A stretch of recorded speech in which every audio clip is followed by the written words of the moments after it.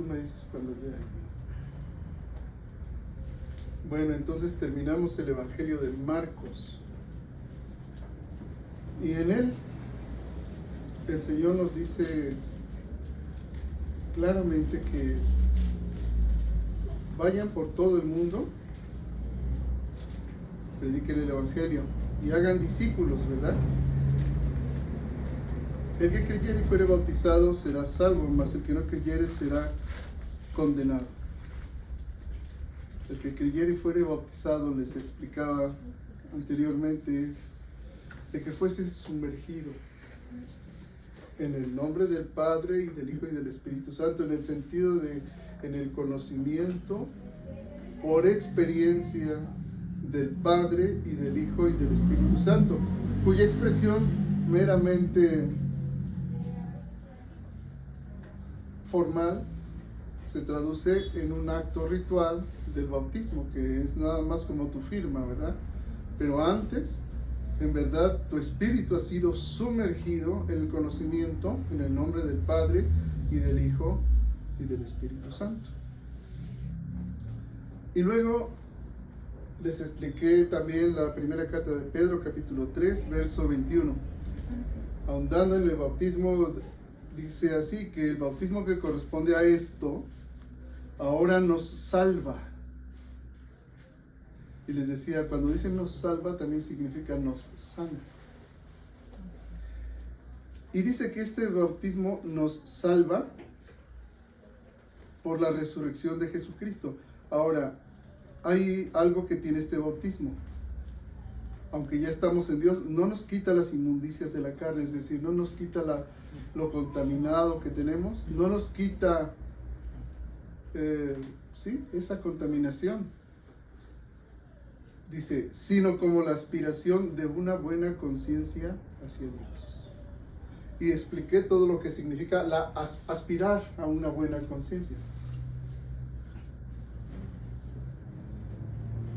El día de hoy voy a explicar otra cosa, otro aspecto de lo que significa la aspiración de una buena conciencia, porque aquí hay un gran peligro. Todos podemos pensar y decir, sí, como hijos de Dios aspiramos a una buena conciencia, pero siempre pasa lo mismo cuando estamos construyendo. Necesitamos revisar desde los cimientos mismos para saber que lo que estamos interpretando es así como pensamos. Entonces vamos a ir de lo humano a lo divino. Piensen ustedes, esta reflexión está dividida en dos grandes partes. Vamos de lo humano, que lo voy a explicar, luego a lo divino. Y entre lo humano y lo divino hay a su vez subdivisiones en esta reflexión. Entonces, teniendo ustedes ese esquema, esa columna vertebral, váyanla ubicando en su propio depósito para que podamos entender lo que quiero decir el día de hoy, o lo que Dios me iluminó para darles el día de hoy. Empecemos por el significado de conciencia. ¿Qué es la conciencia? Vamos empezando desde lo humano. No quise traer una definición de la inteligencia artificial porque esto está abundando tremendamente, sino quiero dar la definición que da la Real Academia Española. ¿Qué significa la palabra conciencia? Partamos desde ahí. Y dice que es el conocimiento del bien y del mal y la percepción inmediata o espontánea de una realidad. Eso es la conciencia. ¿Sí?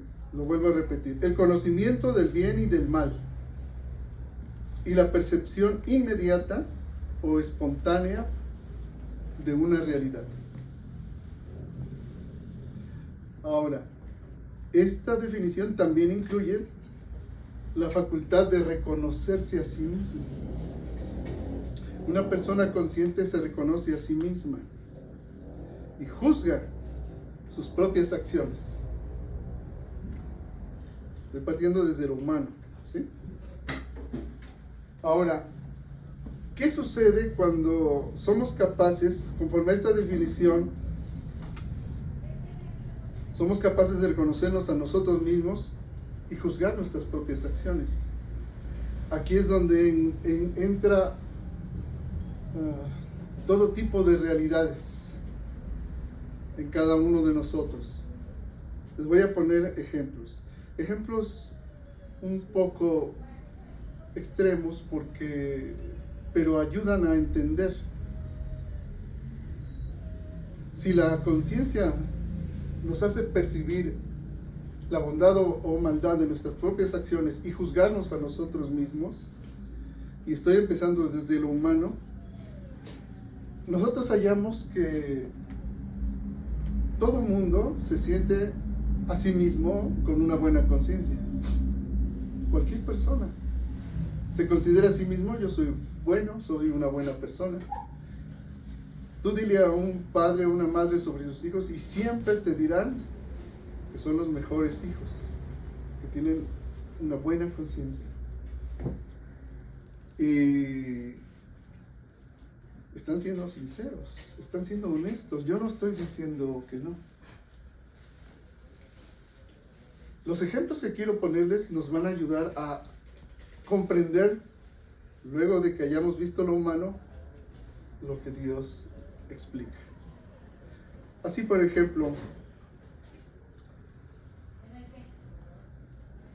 el segundo oficio más antiguo del mundo, que no es el primero, y aquí ustedes se darán cuenta. Siempre se ha dicho que la prostitución es el oficio más antiguo del mundo. No lo es. El primer oficio más antiguo del mundo es labrar la tierra, porque eso es lo que Dios hizo cuando creó al hombre. Labró la tierra. Ese fue el oficio más antiguo del mundo. Ya la prostitución viene siendo posterior. Pero entonces, por ejemplo, las mujeres que se prostituyen o los varones que se prostituyen, ¿cuáles son sus argumentos? Hay toda clase de excelentes argumentos, buenos argumentos, para justificar que alguien se prostituye. Por ejemplo, una mujer que lo hace dirá: todo por mi familia, todo porque mis hijos estén bien.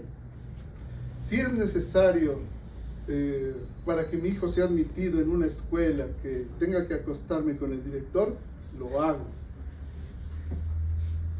O para conservar un trabajo.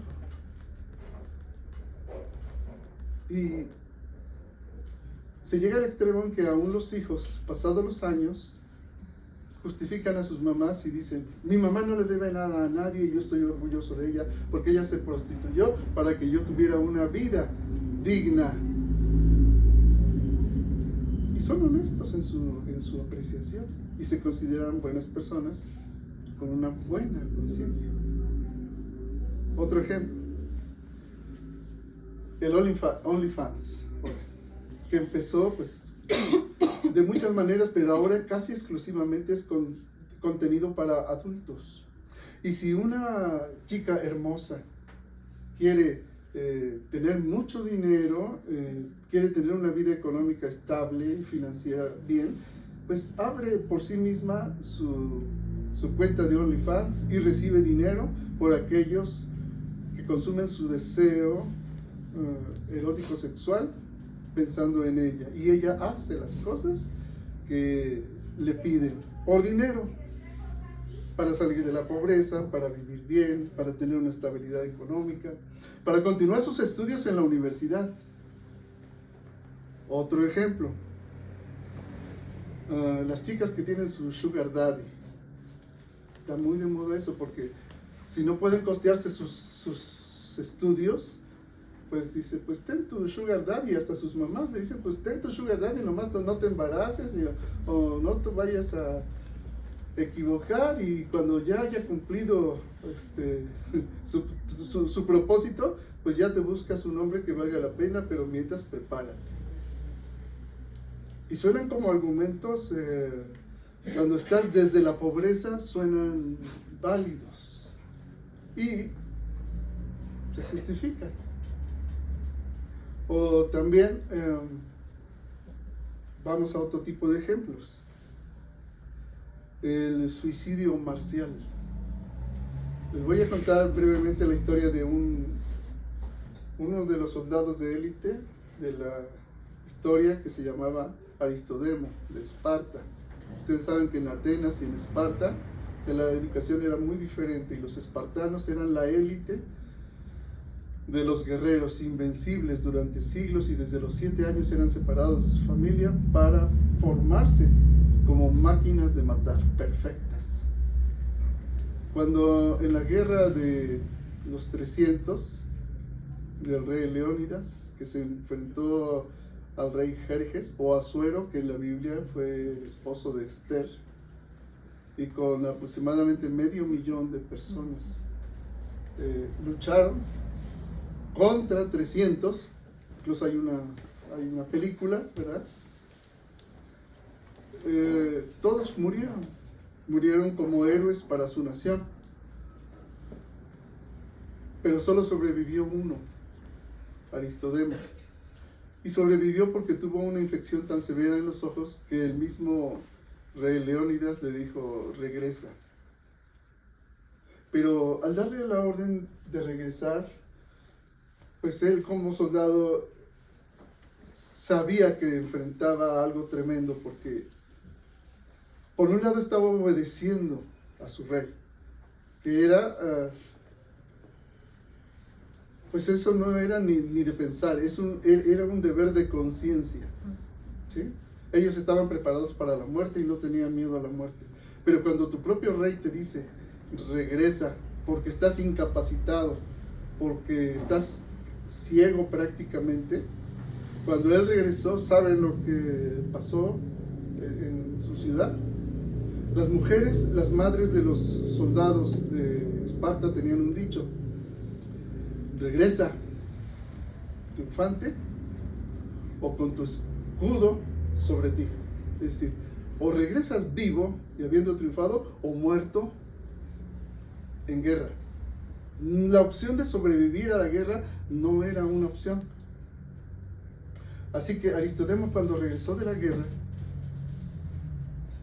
en su mente tenía muchas cosas, y cuando fue recibido se cumplieron, porque él recibió la vergüenza, el ostracismo, el rechazo de absolutamente todos.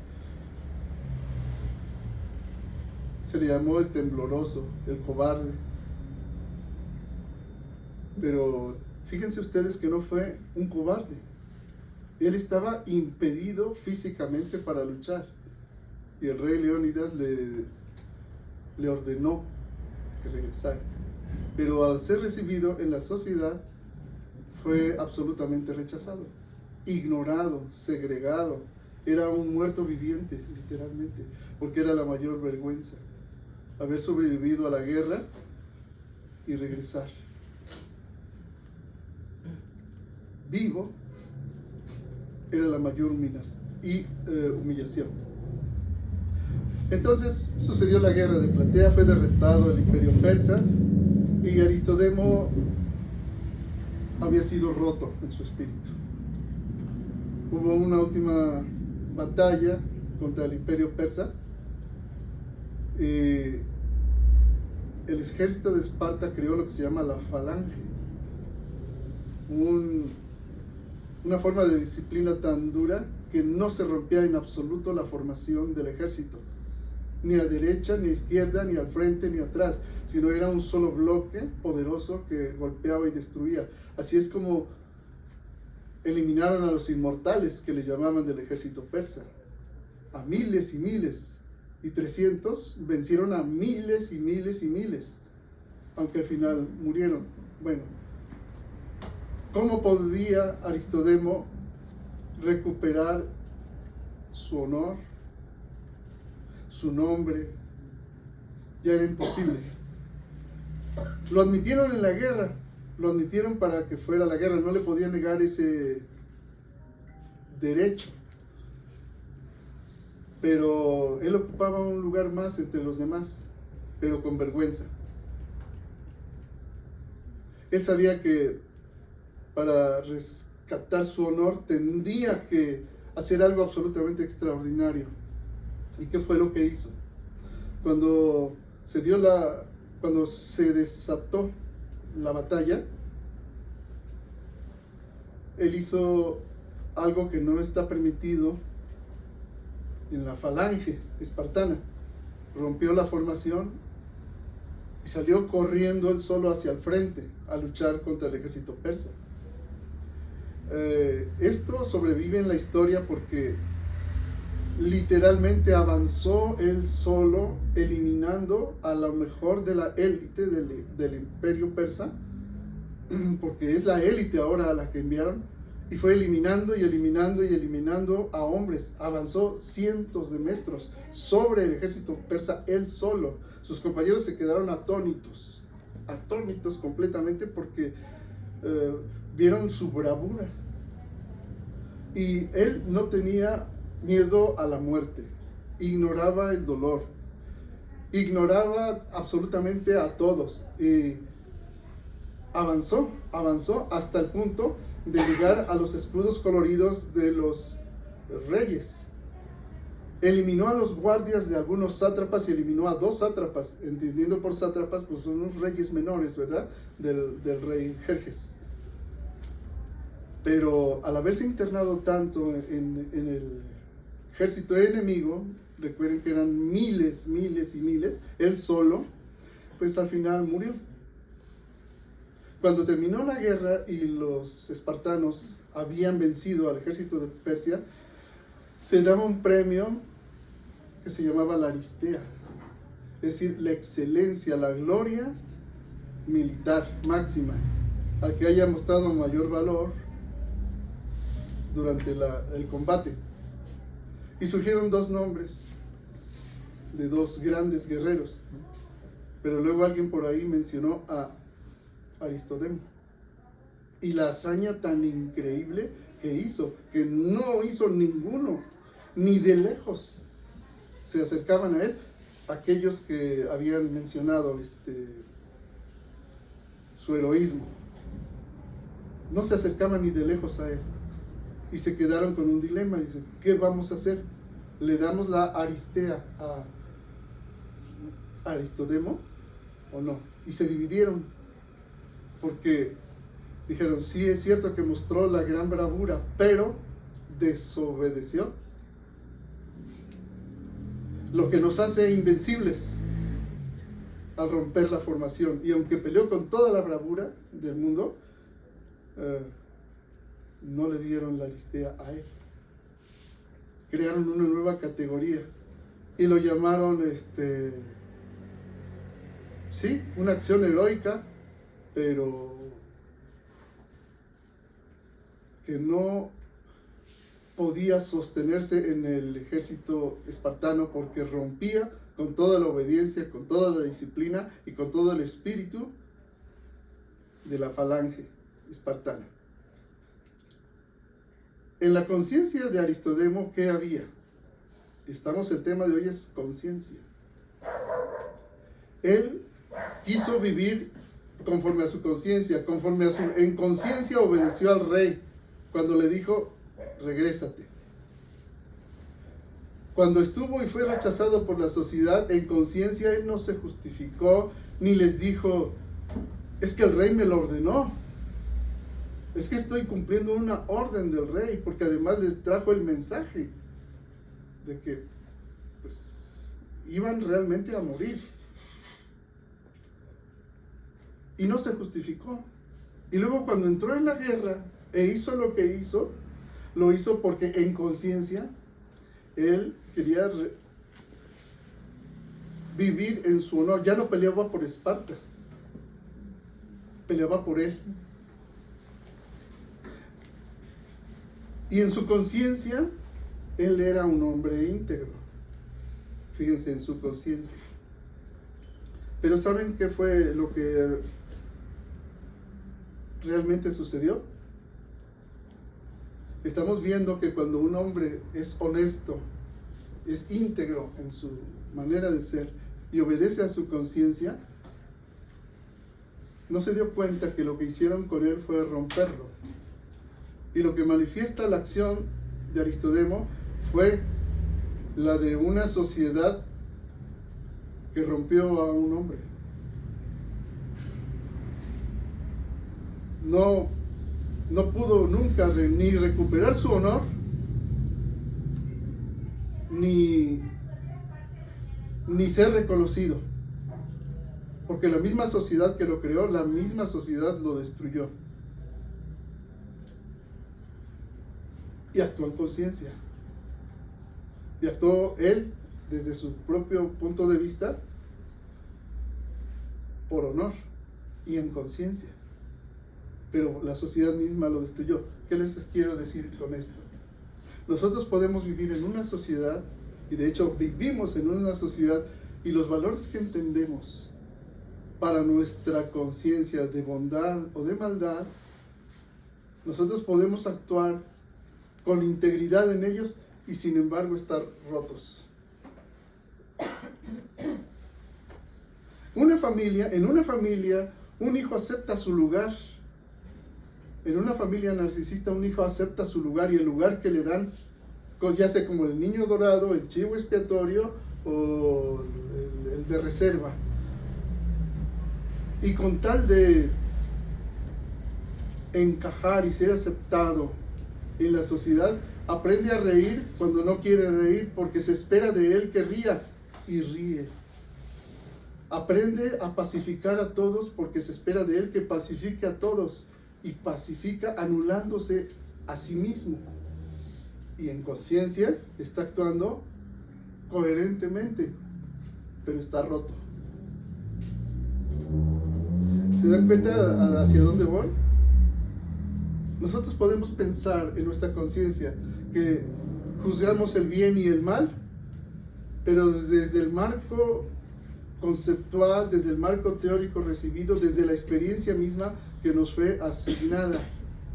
Estoy hablando únicamente en el plano humano, ¿verdad? Y así podemos pensar que estamos actuando bien y en realidad estar rompiendo a otros, pensando que estamos actuando bien. Les pongo otro ejemplo. Voy a poner varios ejemplos porque esto es importante. La mentira. Si algo hay en nuestra sociedad hoy es la mentira. No podemos confiar en las noticias de ninguna manera. No podemos confiar a veces ni en un contrato, no podemos confiar en quien te va a hacer un servicio, porque la mentira es parte de la cultura. Hay un dicho que dice, del cochino, o sea, del marrano, de los cerdos, del cochino todo es negocio, y todo negocio es cochino. Y eso yo lo escuché en una prédica de un pastor, justificando cómo hay que hacer negocios. Y estaba formando la conciencia de los jóvenes sobre esa base. La mentira es aceptable siendo negocios. En la economía no hay moral. Y entonces la especulación financiera, que dicen creando riqueza de la nada, solamente movidos por la codicia, pero sin hacer una creación de riqueza real, es decir, productos y servicios reales, sino únicamente por la especulación financiera de los mercados, se justifica la mentira y la codicia. Y en su conciencia ellos son buenos. ¿Por qué? Porque son personas sumamente exitosas que se hacen millonarios, destruyendo naciones, destruyendo empresas, comprando y vendiendo. No importa lo que pase con los demás, lo que importa es que los accionistas estén contentos. Y en su conciencia dicen que está bien. Y no se sienten malos, se sienten exitosos. ¿Sí me voy explicando, hermanos? Ahora, la violencia física y emocional en las parejas, en las familias. Una violencia física que se justifica porque dice, ¿ya ves lo que me hiciste hacer? Tú me hiciste hacer con lo que hiciste y con lo que dejaste de hacer o con lo que no hiciste. ¿Ya ves lo que me hiciste hacer? Y se traslada la propia responsabilidad en el otro. Y la conciencia está tranquila porque tú me hiciste hacerlo. No se admite la propia responsabilidad de la acción. Y la conciencia está tranquila. aunque estés rompiendo al otro. ¿Me voy explicando, hermano? ¿Se va entendiendo a dónde voy? Ahora, otro error. Jurar en falso. Para salvar la vida de mi ser amado. Tu ser amado, sea tu hijo, tu esposo, tu esposa, cometió un asesinato. Estoy hablando por eso de ejemplos extremos. Cometió un asesinato, como es mi hijo amado, pues lo voy a proteger, como sea es mi hijo. Y el hijo no admite la responsabilidad de sus acciones, y el padre y la madre, con tal de salvarlo, juran en falso y se vuelven cómplices de un asesinato, y su conciencia está tranquila. ¿Sí? Entonces, la percepción de uno mismo y de la bondad o maldad de las acciones humanas lo determina la conciencia, tu conciencia. Ahora, otro ejemplo ya en lo religioso. Dar a Dios. Pensar que estás dando a Dios. Pensar que estás adorando a Dios y sirviendo a Dios. Pero al hacerlo, justificar el dejar de honrar a tu padre y a tu madre. ¿Qué es honrar al padre y a la madre? Es decir, cuando ya son ancianos, cuando ya no pueden valerse por sí mismos, a ti te toca cuidarlos, que vivan con dignidad. Pero muchos, como son miembros de la iglesia, miembros de asociaciones religiosas o miembros de asociaciones civiles, se hacen cosas buenas, dicen, bueno, pues yo estoy ayudando a los perritos callejeros y tengo 20, 30 perritos callejeros a los que cuido, pero ignoran a su papá y a su mamá. Allá están, perdidos, ancianos, sin bañarse, con llagas, descuidados, oliendo feo, abandonados. Y no es algo aislado, hermanos. Los reportes de informes dicen que es algo tan común que los ancianos sean abandonados, que los padres sean abandonados. Es muy frecuente en la policía decir que encuentran a tal o cual anciano que lo tenían arrumbado en el tercer o cuarto piso porque tenía días sin comer, llagado y así murió. Pero la conciencia de los hijos está tranquila porque son miembros de la iglesia, porque además cuidan a los perritos y son sus perrijos, pero su padre y su madre fueron desechados. No vamos más allá de su padre y su madre, en la misma iglesia, hermanos. Es lo que dice el apóstol Juan cuando dice, si alguno ve a su hermano tener necesidad y le dice, ándale, que te vaya bien, qué bueno verte aquí en la iglesia, te saludo y que te vaya bonito. Dice, pero pasa frío, pasa hambre, o no tiene techo y no le da lo necesario, ¿cómo morará el amor de Dios en él? Pero su conciencia está tranquila, ya lo saludó en la iglesia. Fulanito no vino y, pues vamos a rezar por él. Quién sabe qué pasará con él, pero vamos a rezar por él. A ver, que Dios lo cuide y que Dios lo ayude. Y su conciencia está tranquila. Pero no hicieron nada por ese hermano o por esa hermana de la congregación. Pero la conciencia está tranquila, ¿verdad? Otro ejemplo, y eso yo lo he visto mucho, y conozco a muchas muchachas así. Van teniendo su vida, van haciendo su carrera, quieren lograr ciertas metas en la vida y se embarazan. No, ahora hay que abortar. ¿Por qué? Porque si dejo que el embarazo continúe, imagínate, pierdo el trabajo, pierdo el respeto de mis papás, pierdo el respeto de todos. Mejor que nadie se entere, aborto. Y aparentemente tu conciencia está tranquila, pero ya violentaste el mandato del Señor, no matarás. y asesinaste al ser más débil e indefenso para preservar tu estatus social, tu prestigio, tu trabajo. Y lo más triste es que yo conozco mujeres que hacen esto, abortan y vuelven con el mismo que las hizo abortar. Regresan con el mismo, pero su conciencia está tranquila. Y esto estoy hablando solo en lo humano. Otro ejemplo, la eutanasia. Ya no soportan la vida, ya no soportan el dolor de una enfermedad. Y ahora ya está aprobado en Canadá, en Europa, en muchos países, el bien morir, que es la eutanasia. Bien, thanatos, muerte. Una buena muerte, la eutanasia.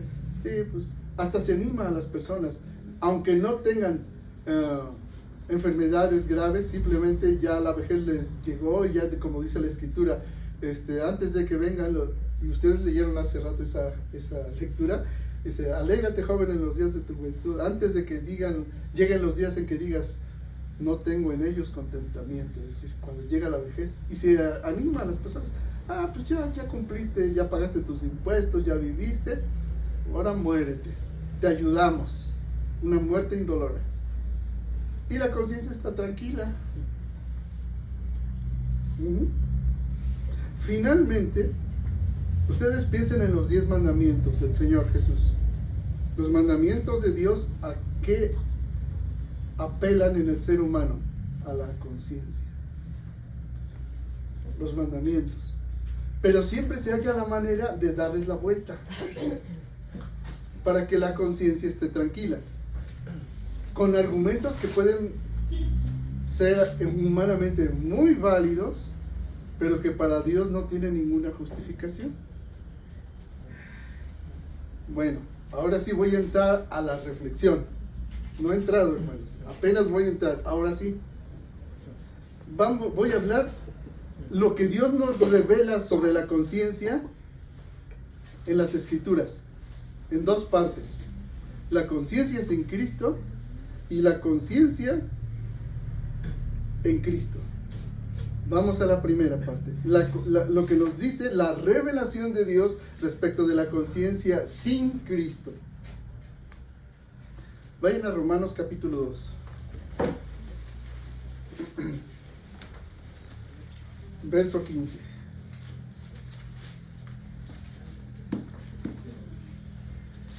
Nos dice el Señor que todo ser humano, aunque no esté en Dios, aunque no esté en Cristo, en todo ser humano hay esto.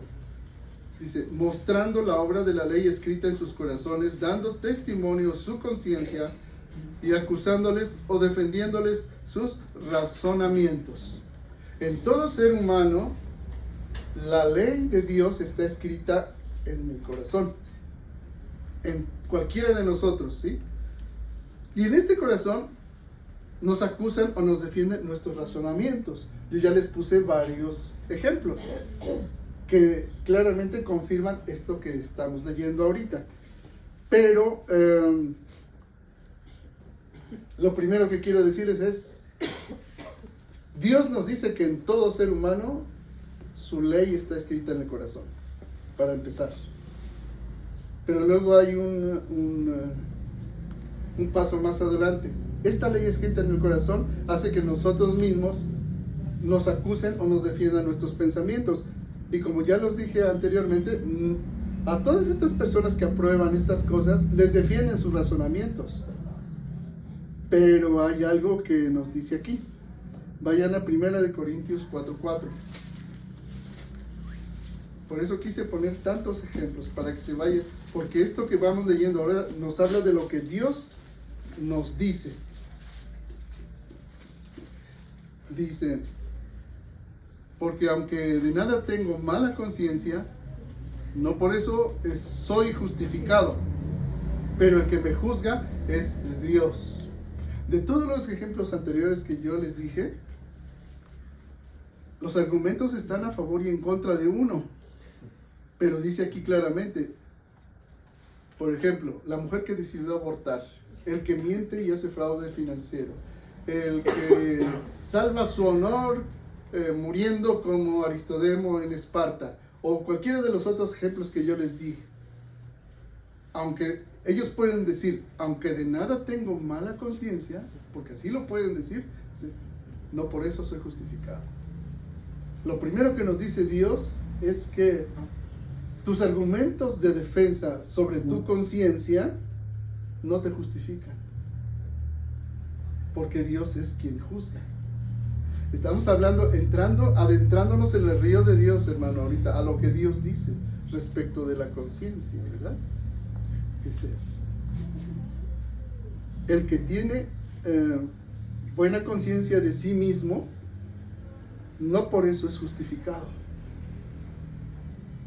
¿Se dan cuenta? Me prostituyo por mis hijos, todo por el chaval. Aunque digas, aunque de nada tengo mala conciencia, no por eso soy justificado. Porque Dios es diferente, su mente es diferente a la nuestra. ¿Sí? Es una autoridad mayor, es su creación, sus reglas.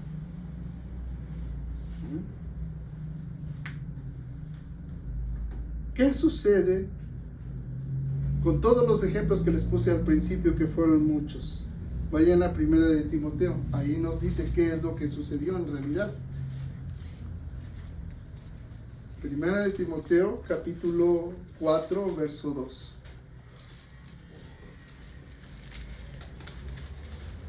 Por la hipocresía de mentirosos, que teniendo cauterizada la conciencia, prohibirán casarse, no deberán abstenerse de alimentos que Dios creó para que con acción de gracias participasen de ellos los creyentes y los que han conocido la verdad.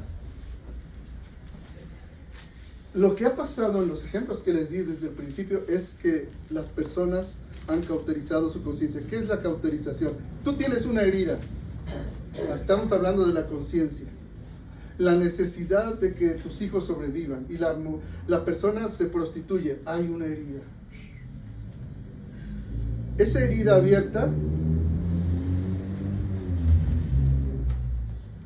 se cauteriza. ¿Cómo se cauteriza una herida abierta?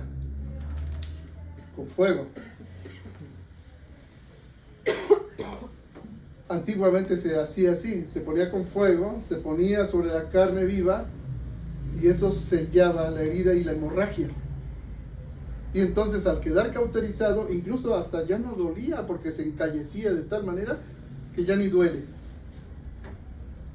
Eso es una conciencia cauterizada. Los argumentos a favor de tu acción van siendo tales que encallecen la conciencia y la cauterizan, acaban cauterizándola, endureciéndola. De tal manera que defiendes que está justificado todo. Recuerden a Aristodemo, un hombre quebrado en realidad, que fue destruido. Y así fue con convicción a la muerte, porque su conciencia también ya estaba destruida, cauterizada. Sí, sellada completamente. Ahora, pero hay más características de esta misma circunstancia. Vayan a la carta a Tito.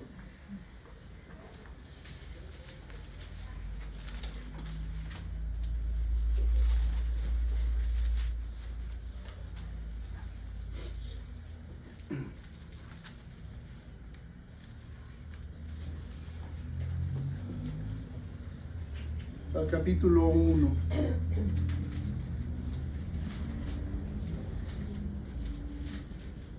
Verso 15. Aquí amplía más cómo es esta conciencia cauterizada. Todas las cosas son puras para los puros, mas para los corrompidos e incrédulos nada les es puro, pues hasta su mente y su conciencia están corrompidas. Lo que Dios dice de la mente humana antes de llegar a Cristo es que está corrompida. Aquí empiezan las objeciones, hermanos, porque cualquier persona que está fuera de Cristo dice, no, yo soy una persona buena, mi conciencia es buena, yo soy bueno, pero Dios nos dice algo diferente. Estamos hablando de la revelación de la palabra, no lo que yo pienso ni lo que me parece, ni mi argumentación, sino lo que Dios dice. todas las cosas son puras para los puros, mas para los corrompidos e incrédulos nada les es puro, pues hasta su mente y su conciencia están corrompidas. Profesan conocer a Dios, pero con los hechos lo niegan, siendo abominables y rebeldes, reprobados en cuanto a toda buena obra. Piensen en los ejemplos que desde el principio. Ellos, la mujer que se prostituye piensa que está haciendo una buena obra, pero está reprobada. Realmente no está haciendo algo que es correcto.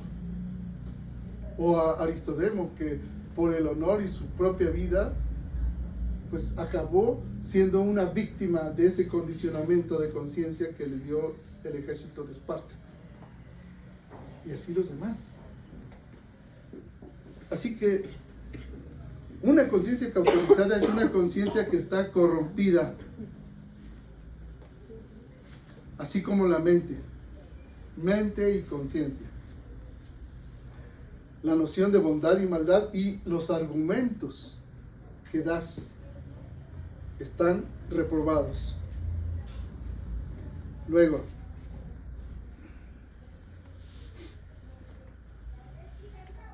¿por qué sucedió esto? Nos lo dice la carta a los Efesios, capítulo 4. Vayan ahí.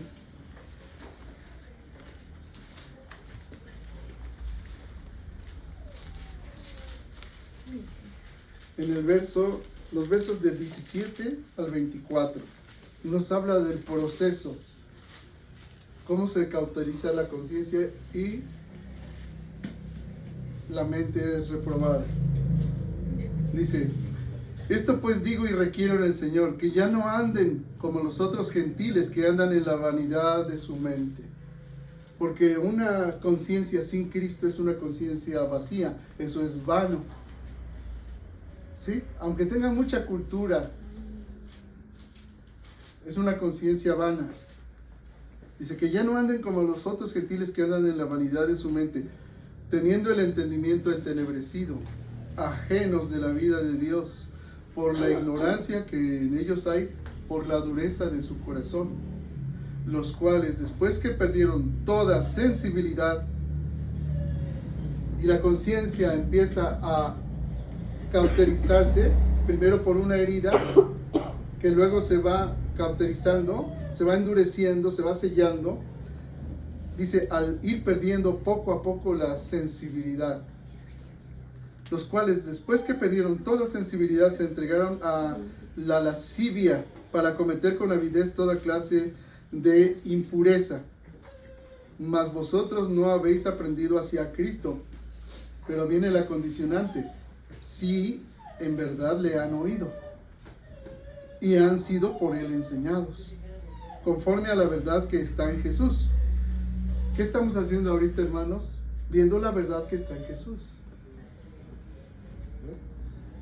En cuanto a la pasada manera de vivir, despójense del viejo hombre que está viciado conforme a los deseos engañosos, y renuévense en el espíritu de su mente, y vístanse del nuevo hombre, creado según Dios, en la justicia y santidad de la verdad.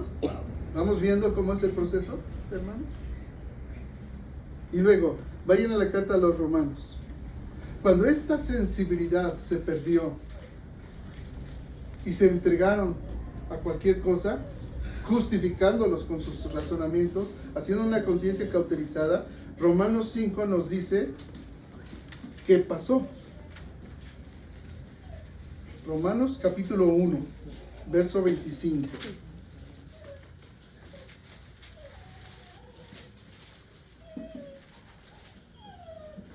Ya que cambiaron la verdad de Dios por la mentira. ¿Recuerdan que leímos un texto donde nos dice que en todo ser humano está escrita la ley de Dios en el corazón? Bueno, aquí nos dice: cambiaron la verdad de Dios por la mentira, honrando y dando culto a las criaturas antes que al Creador, el cual es bendito por los siglos. Amén. Por esto Dios los entregó a pasiones vergonzosas, pues aún sus mujeres cambiaron el uso natural por el que es contra naturaleza. Y de igual modo también los hombres, dejando el uso natural de la mujer, se encendieron en su lascivia unos con otros, cometiendo hechos vergonzosos, hombres con hombres, recibiendo en sí mismos la retribución debida a su extravío. Pero ¿qué dicen estas personas? Esa es mi naturaleza y así soy.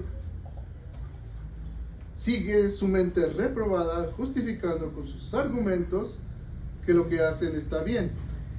Y por eso nos dice el verso 28.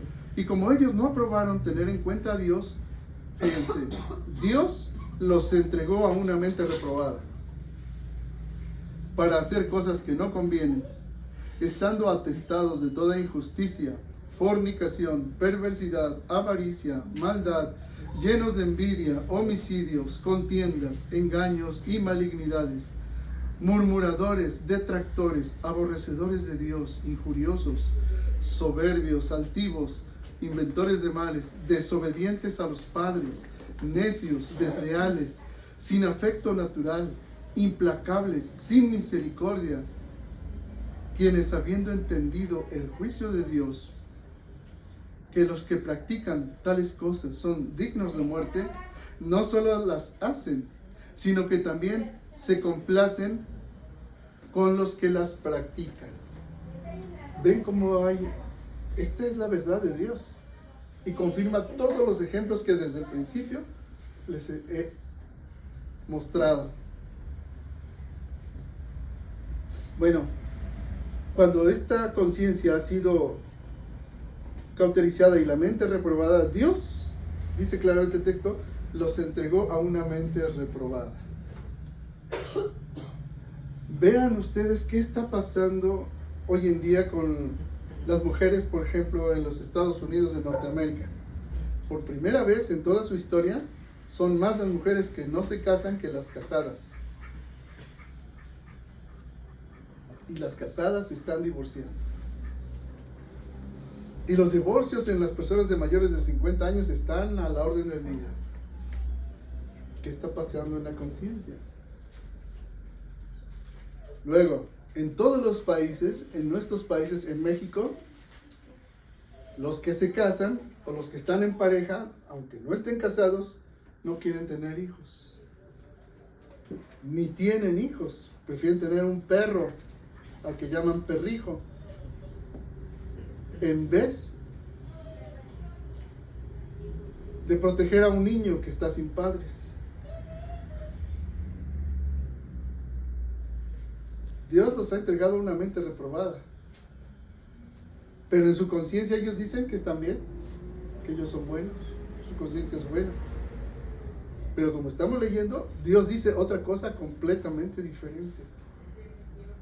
Y apenas esta es la reflexión cuando estamos hablando de la conciencia sin Cristo. Esta es la conciencia de cualquier ser humano sin Cristo. Se justifica a sí mismo. Pero Dios no lo justifica de ninguna manera, como lo acabamos de ver. De ninguna manera. Ahora, ¿qué pasa en la iglesia? ¿Qué pasa en la conciencia que ya está en Cristo? Bueno, aún en la conciencia que está en Cristo, hasta la última parte de la reflexión, hay también categorías. Y yo quiero despertarlos a ustedes, despertar su conciencia, para que no nos equivoquemos. Porque claramente todo lo anterior que les he dicho nos habla de estar reprobados. Pero esto también está afectando a la iglesia. Vamos a ver. Vayan a la primera carta a los Corintios, al capítulo 8.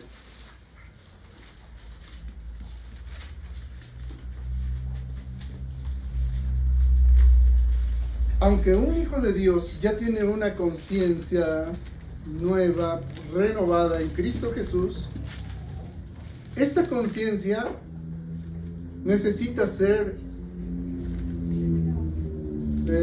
fortalecida, necesita ser discipulada, necesita ser enseñada.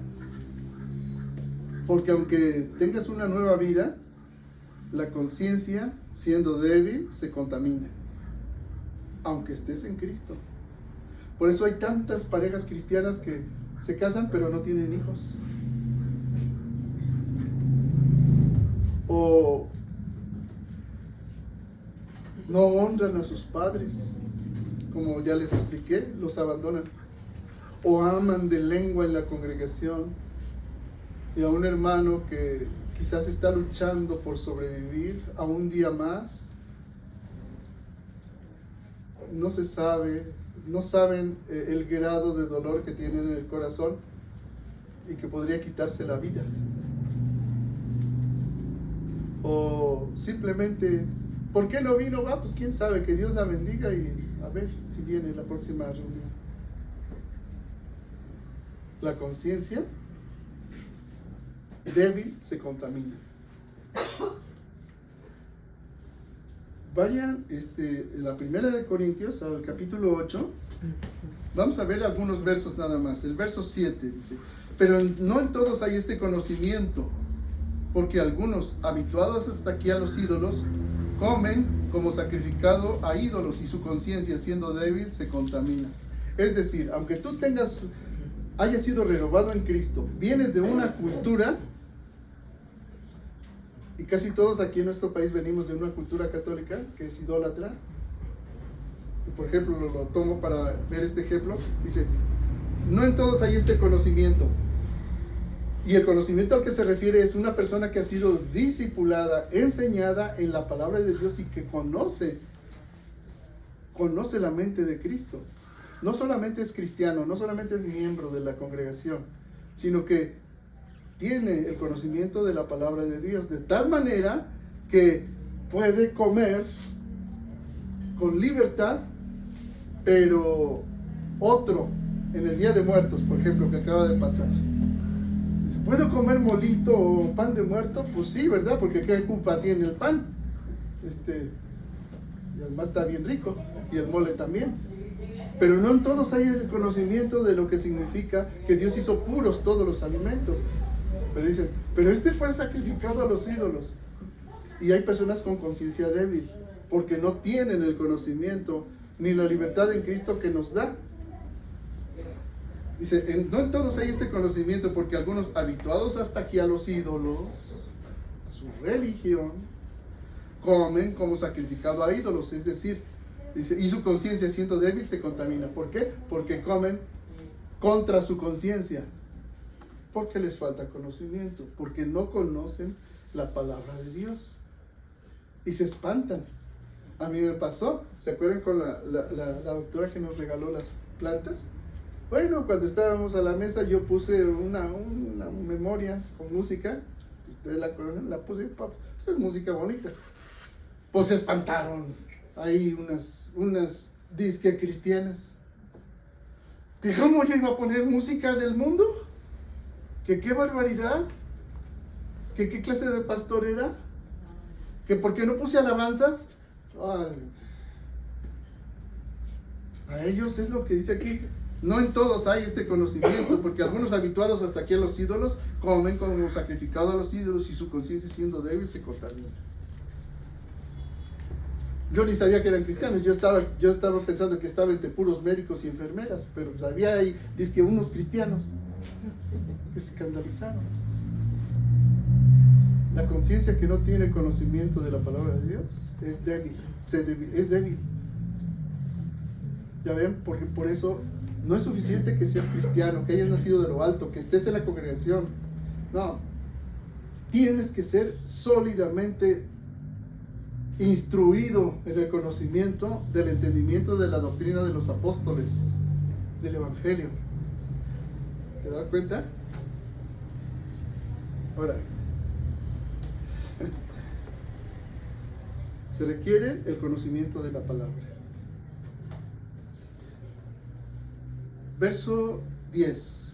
Porque si alguno te ve a ti que tienes conocimiento sentado a la mesa en un lugar de ídolos, la conciencia de aquel que es débil no será estimulada a comer de lo sacrificado a los ídolos. Verso 12. De esta manera, pues, pecando contra los hermanos e hiriendo su débil conciencia, contra Cristo pecáis. Ahora,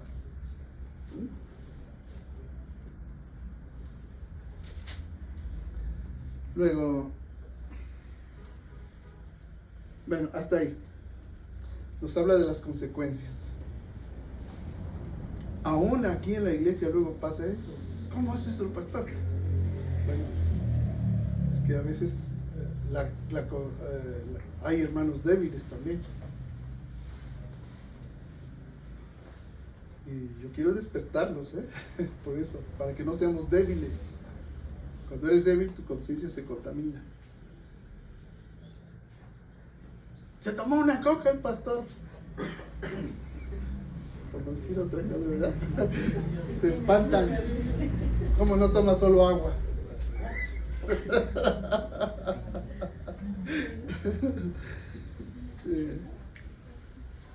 Vayan a la primera carta a Timoteo.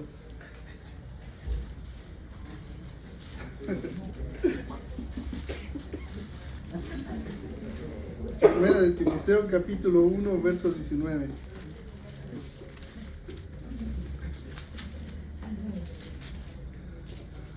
Hay cristianos que, aunque hayan sido renovados, desecharon la fe y la buena conciencia.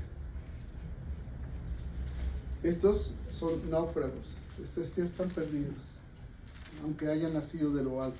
Dice: este mandamiento, lo voy a leer desde el verso anterior. Este mandamiento, hijo, y pon tu nombre. Pon tu nombre. Este mandamiento, hijo Alexis,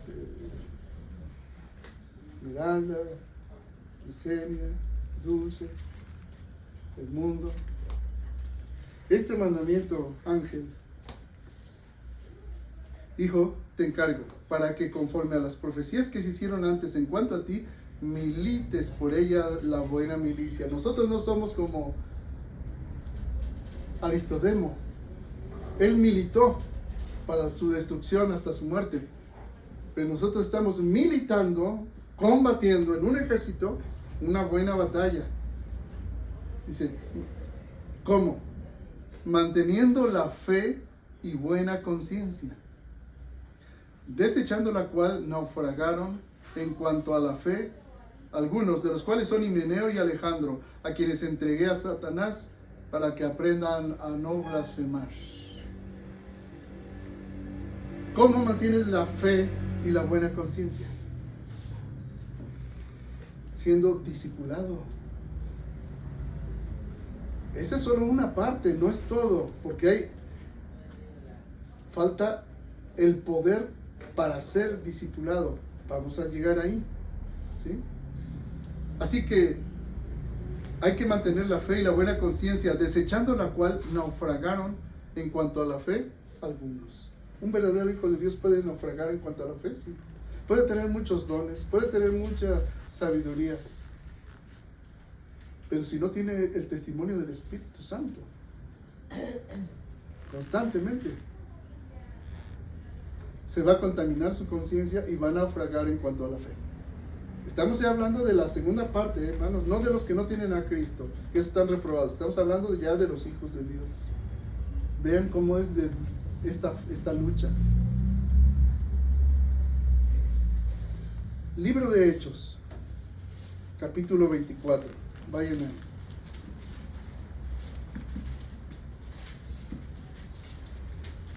Estoy despertando su conciencia, hermanos. Capítulo 24, verso 16.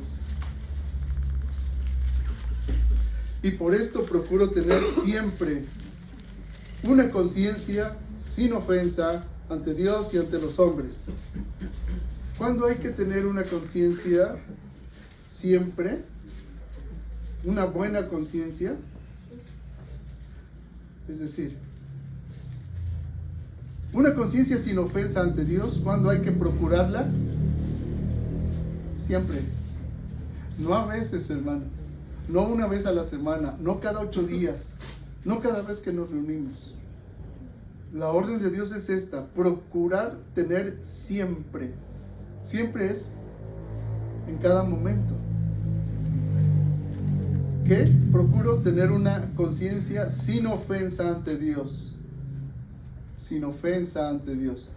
¿Qué es una ofensa ante Dios, hermanos? Un pecado. ¿Qué es un pecado? Hay 3 definiciones. Saber dónde está el bien y no hacerlo es pecado. Segunda definición, toda transgresión de la ley es pecado. Tercera definición, lo que no proviene de fe pistis, fe que obedece, es pecado. ¿Se dan cuenta? Por eso procuro tener siempre una conciencia sin ofensa ante Dios y ante los hombres. Y las 3 definiciones que les di para no ofender a Dios son escriturales, no son mías. No doy los versos para no frenarnos tanto, para ir avanzando más rápido. Así que entonces hay que tener siempre, procurar una buena conciencia sin ofensa ante Dios y ante los hombres. Que esa es la otra parte, no solo ante Dios, sino ante los hombres. Por ejemplo, alguien que administra recursos financieros, los políticos. No basta con que los administren bien, si hubiera algún político que lo haga bien. Si lo hace bien, está bien, buena conciencia, y lo hace ante Dios. Pero dice también aquí, y ante los hombres. Es decir, que se manifieste así ante los demás, no solo ante ti, sino ante los demás. ¿Se dan cuenta que qué sabio es Dios? Porque pasa que a veces tú haces bien las cosas y aunque las hagas bien, no faltará el que te diga ladrón y te está injuriando sin saber realmente que estás haciendo las cosas bien. Por eso el consejo de Dios hay que mantener una conciencia sin ofensa ante Dios y ante los hombres. ¿Ven? Es el consejo del Señor. Luego, vayan a la carta a los Romanos, capítulo 9.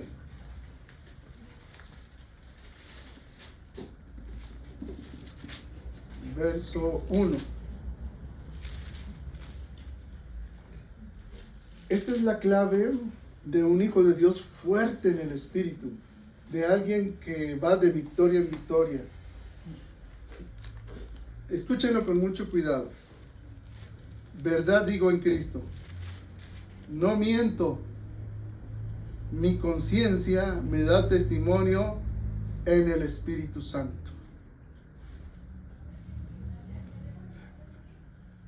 Lo que le daba al apóstol Pablo la capacidad para procurar siempre una buena conciencia sin ofensa ante Dios y ante los hombres es el testimonio en el Espíritu Santo. El testimonio del Espíritu Santo a tu conciencia. Esa es la clave de todo, hermanos. Para no tener una conciencia débil, para no tener una conciencia contaminada, para no naufragar en cuanto a la fe. ¿Estás escuchando el testimonio del Espíritu Santo a tu conciencia? Cuando dejas de escuchar el testimonio del Espíritu Santo a tu conciencia, empiezas a justificar lo injustificable. Empiezas a torcer el mandamiento de Dios para adecuarlo con tus argumentos para los fines que tú estás queriendo lograr. Y la consecuencia es que naufragas en cuanto a la fe. Lo voy a volver a leer porque esta es la clave de toda la reflexión, hermanos. Verdad digo en Cristo. Está diciendo la verdad en Cristo, ¿verdad? Vean, verdad digo en Cristo. No miento. Y mi conciencia me da testimonio en el Espíritu Santo. En este caso, ¿de qué le daba testimonio? Dice, de que tengo gran tristeza y continuo dolor en mi corazón. Pero no el Espíritu Santo es puro gozo. No, miren, fíjense lo que dice. Que tengo gran tristeza y continuo dolor en mi corazón porque deseara yo mismo ser maldito, separado de Cristo por amor a mis hermanos, los que son mis parientes según la carne, por los judíos. Pero es el Espíritu Santo, el amor de Dios por el cual quería salvar a algunos de ellos, aunque sea, a algunos.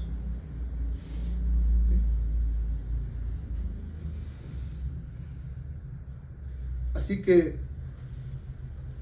necesitamos el testimonio del Espíritu Santo en nuestra conciencia. Si no, es inútil nuestro cristianismo, hermanos. Es vano, vacío, sin ningún fruto y no sirve. Miren, se lo voy a confirmar. Vayan a la carta a los Corintios, a la segunda carta a los Corintios, al capítulo 1.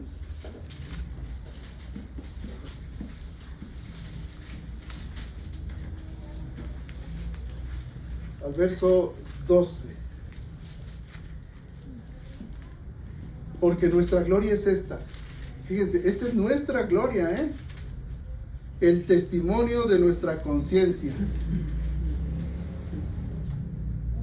Que con sencillez y sinceridad de Dios, no con sabiduría humana, sino con la gracia de Dios, nos hemos conducido en el mundo y mucho más con vosotros.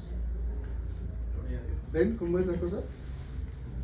Leímos anteriormente, mi conciencia me da testimonio en el Espíritu Santo, pero aquí lo dice que claramente es con sencillez y sinceridad de Dios, no con sabiduría humana. El testimonio del Espíritu Santo no es sabiduría humana, es gracia de Dios. Dice, sino con la gracia de Dios nos hemos conducido en el mundo y mucho más con vosotros. ¿Ven cuál es la clave de la conciencia? ¿Sí lo ven, hermano? ¿Sí me estoy explicando? Luego, Primera de Timoteo, capítulo 1, nuevamente.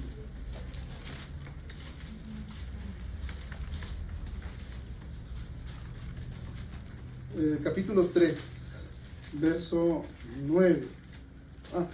Sí, vamos a ver esos dos. Primero el capítulo 1, versos del 5 al 17. Ahora vean, para mantener la buena conciencia. Pues el propósito de este mandamiento es el amor nacido de corazón limpio y de buena conciencia y de fe no fingida, de las cuales cosas, desviándose algunos, se apartaron a vana palabrería, queriendo ser doctores de la ley, sin entender ni lo que hablan ni lo que afirman. Pero sabemos que la ley es buena si uno la usa legítimamente. Ahora, la ley, ¿cuál ley? La de Dios, ¿verdad? Esa ley que está escrita en el corazón de todo ser humano, aunque no le conozca. Dice, pero sabemos que la ley es buena si uno la usa legítimamente, conociendo esto, que la ley no fue dada para el justo, sino para los transgresores y desobedientes, para los impíos y pecadores, para los irreverentes y profanos, para los parricidas y matricidas, para los homicidas, para los fornicarios, para los sodomitas, para los secuestradores, para los mentirosos y perjuros, y para cuanto se oponga a la sana doctrina, según el glorioso evangelio del Dios bendito, que a mí me ha sido encomendado. Conservar una buena conciencia es retener y conocer la sana doctrina con el testimonio del Espíritu Santo en tu conciencia. Es el eje de esta reflexión, hermanos, y lo que es necesario para cualquiera de nosotros para no naufragar en cuanto a la fe en nuestros propios razonamientos, ¿verdad? Así que el propósito de este mandamiento es el amor nacido de corazón limpio y de una buena conciencia y de fe no fingida.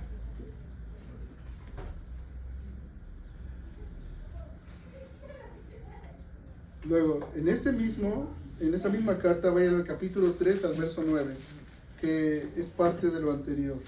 Dice, todo esto que les he mencionado es para esto, que guarden el misterio de la fe con limpia conciencia. ¿Quieres guardar este misterio con limpia conciencia? Y más aún, si alguien quisiera el ministerio de evangelista, pastor o maestro, y estos también sean sometidos a prueba primero, y entonces ejerzan el diaconado si son irreprensibles. ¿Ven, hermanos? Esto es necesario también decirlo, porque si yo muero y queda esta congregación, ¿Dios a quién va a levantar? A alguien que ha sido irreprensible y que ha sido probado antes. ¿Sí?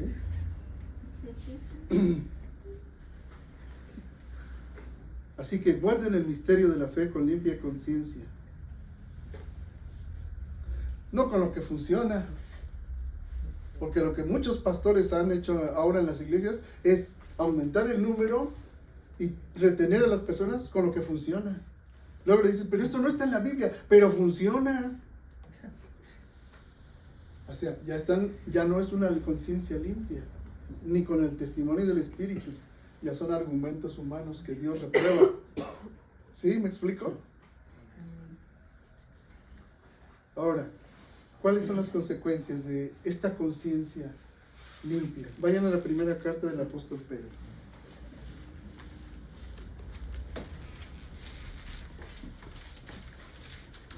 Capítulo 2, verso 19.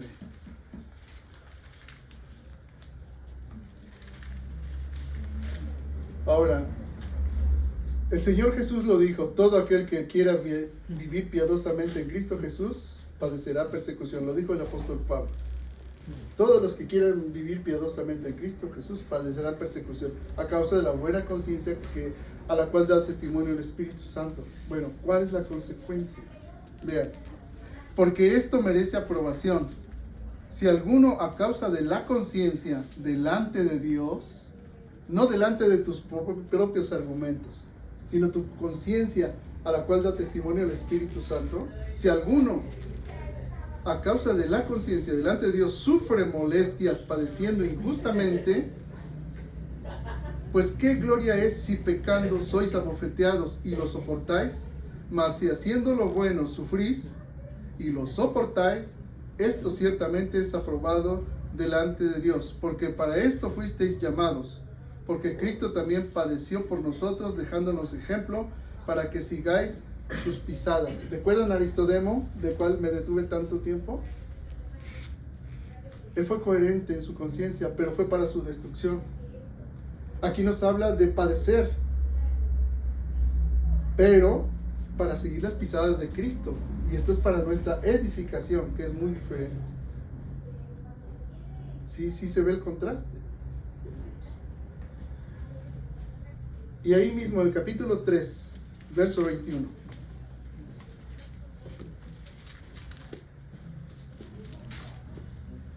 Y termino con esto, porque al terminar el Evangelio de Marcos, el Señor dijo claramente que hagan discípulos bautizándolos en el nombre del Padre y del Hijo y del Espíritu Santo. Y dice aquí el apóstol Pedro, el bautismo que corresponde a esto ahora nos salva, nos sana, no quitando las inmundicias de la carne, sino como la aspiración de una buena conciencia hacia Dios, por la resurrección de Jesucristo. Y les decía, no es que ya hayamos alcanzado la perfección, porque Dios sabe que todavía tenemos que ser discipulados, que Cristo tiene que ir creciendo en nosotros y nosotros disminuyendo, lo cual significa que Dios conoce las fallas que tienes y las que cometerás todavía en el futuro. Pero el bautismo que Él ya nos ha dado nos salva como la aspiración de una buena conciencia hacia Dios. Y lo que se aspira es algo que todavía no ha llegado. Por eso les decía, no te desanimes si alguna vez pecas incluso, porque estamos en la aspiración de una buena conciencia hacia Dios. Que la regaste en esto, no te flageles diciendo, híjoles, ya no me acerco a Dios, ¿cómo me voy a poder atrever a orar si ya la regué otra vez?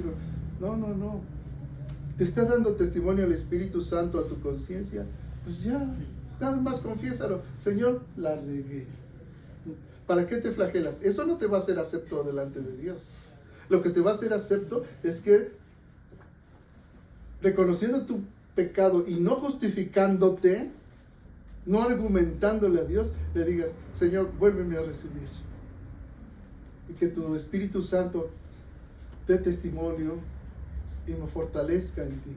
Es la aspiración de una buena conciencia. ¿Ven? Por eso no hay que desanimarnos si alguna vez fallamos. Como les decía alguna vez, comer un pan no te hace panadero, ¿verdad? ¿No?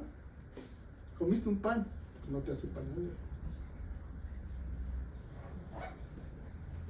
Y eso se refiere a sea cual sea nuestra falla como cristianos. ¿Sí? Ya la regaste, bueno, ok. Desnúdate delante de Dios. Pues sí, Señor, pero aspiro a una buena conciencia delante de ti por el poder de tu resurrección, por el testimonio de tu Espíritu Santo en mí. ¿Puedes decir amén? Te habló la palabra de Dios, di un amén bien fuerte. Amén. Pues gloria a Dios, hermanos.